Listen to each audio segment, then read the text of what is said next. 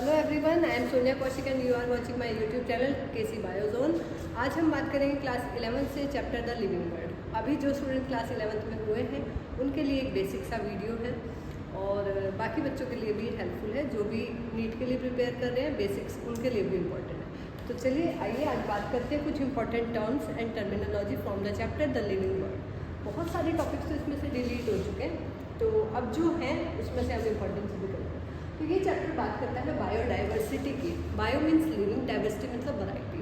अब हमारी अर्थ पे इतने सारी तरह के प्लांट्स हैं, एनिमल्स हैं और माइक्रो ऑर्गेनिज्म है, तो उनकी जो वैरायटी है उसको हम बोल रहे हैं biodiversity and that is around 1.7 to 1.8 million according to the Robert May estimation.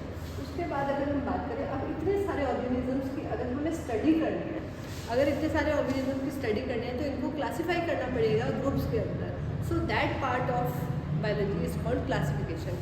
तो क्लासिफिकेशन कैसे होगी कि जब उनकी आइडेंटिफिकेशन होगी और उनको अलग से नाम दिया जाएगा। जैसे आप क्लास में जब जाते हैं तो आपका एक अलग रोल नंबर होता है, आपका एक अलग नाम है, तो आपकी एक अलग पहचान है, आइडेंटिटी है आपकी।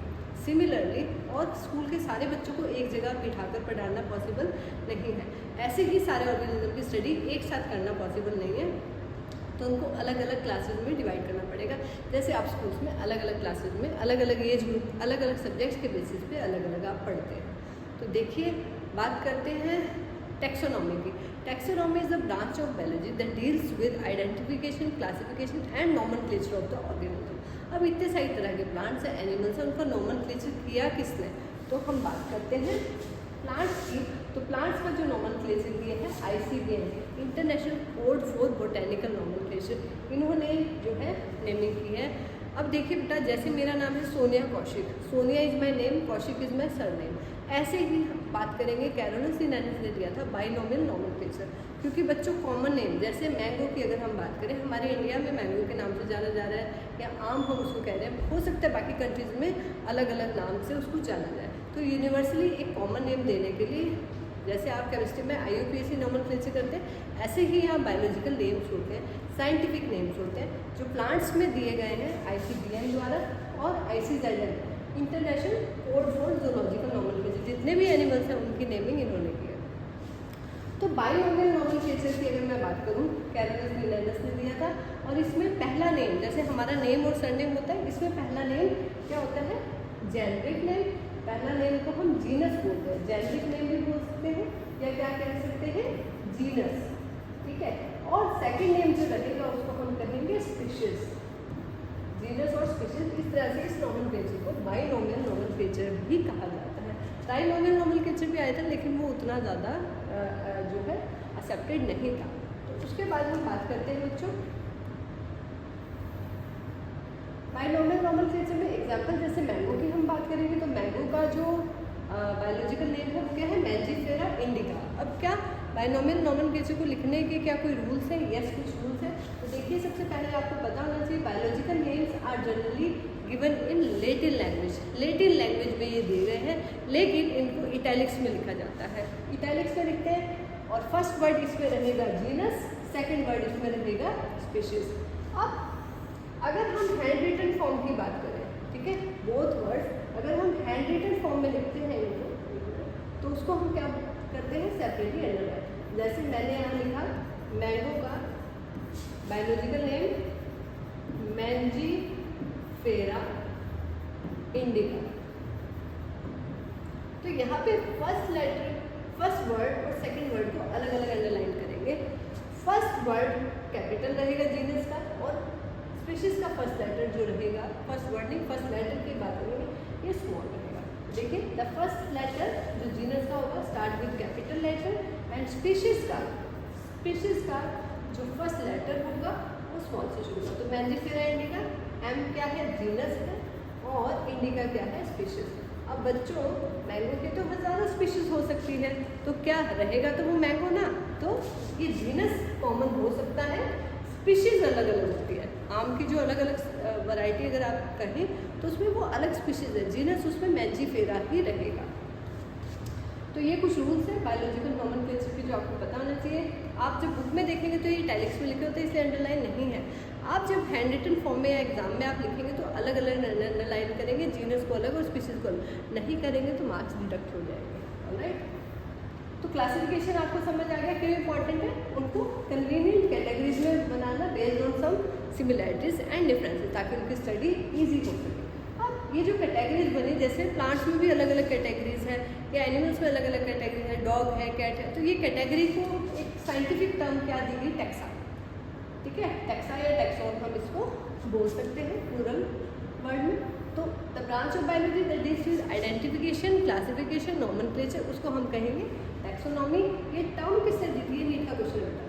टैक्सोनॉमी जो टर्म है, लिख लें आप, डी कैंडोल, ठीक है, term given by, taxonomy term given by D Candolle. D Candolle ने टर्म दी थी।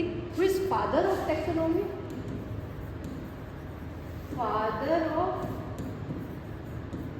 टैक्सोनॉमी, तो फादर कौन थे भाई, कैरोलस लिनेयस। ठीक है, कैरोलस लिनेयस, तो ये आप नोट कर लेंगे। उसके बाद हम बात कर सकते हैं टैक्सोनॉमी में, हमने पहले कैरेक्टराइजेशन हो गया, क्लासिफिकेशन, आइडेंटिफिकेशन, नॉमेनक्लेचर, तो ये सारे बेसिक चीज़ें। अब एक और टर्म है सिस्टमैटिक्स, ये टर्म किसने दी, ये दी थी हक्सले।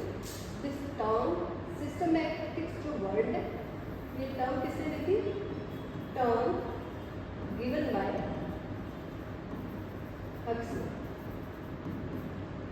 देखिए, अब इस टर्म की ज़रूरत ही क्या थी, इस ब्रांच की ज़रूरत क्या थी। टैक्सोनॉमी में हम जब आइडेंटिफिकेशन, क्लासिफिकेशन, नॉमेनक्लेचर सब कुछ कर रहे हैं, बट वो एक सिस्टमैटिक तरीके से नहीं था, इवोल्यूशनरी बेसिस पर नहीं था।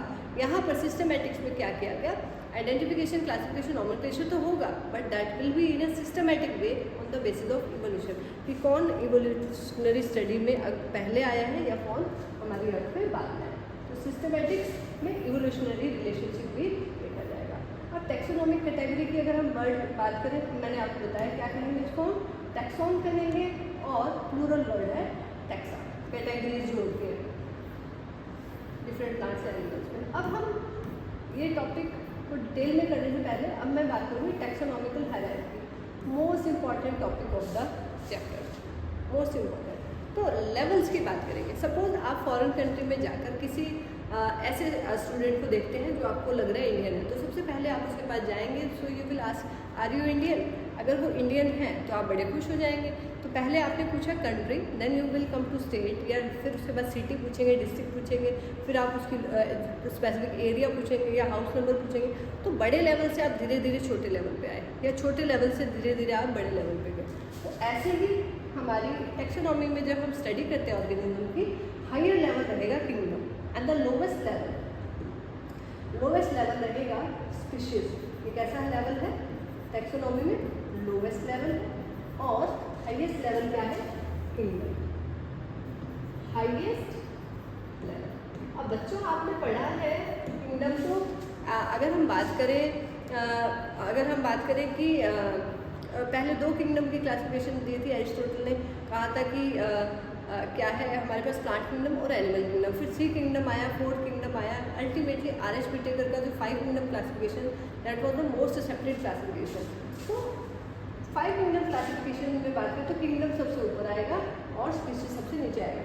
एक और नीट के लिए यहाँ क्वेश्चन आप नोट कर लीजिए, क्या इससे नीचे भी कोई लेवल है that is not mention in NCERT, तो वो बायोमोलिकुलर लेवल है, बायोमोलिकुलर लेवल है। इसके बाद आएगा स्पीशीज, उसके बाद आएगा जीनस। मतलब कि हमारी बॉडी भी तो बायोमोलिक्यूल से बनी है, कार्बोहाइड्रेट से, प्रोटीन से, या न्यूक्लिक एसिड है, तो वो बायोमोलिकुलर लेवल पे। फिर स्पीशीज क्या है, वेरी इंपॉर्टेंटली आ सकता है एग्जाम में। स्पीशीज क्या है, it is a group of organism that have basic fundamental similarities. तो स्पीशीज कहेंगे group of different species come under genus. जैसे अलग अलग तरह की मैंगो की स्पीशीज आ जाएगी एक जीनस मैंजीफेरा के अंदर।